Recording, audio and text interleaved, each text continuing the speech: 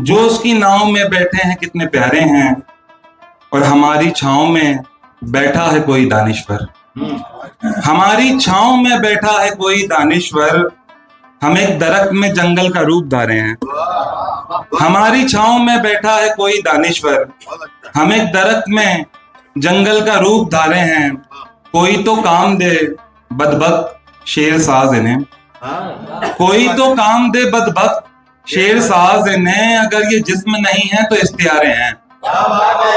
कोई तो काम दे बदबख्त शेर साज इन्हें, अगर ये जिस्म नहीं है तो इख्तियारे हैं। और आखिरी शेर और रहमत तमाम की, तू ऐसा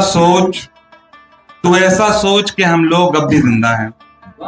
तू ऐसा सोच कि हम लोग अब भी जिंदा हैं, सहर का वक्त है, कश्ती है और किनारे हैं।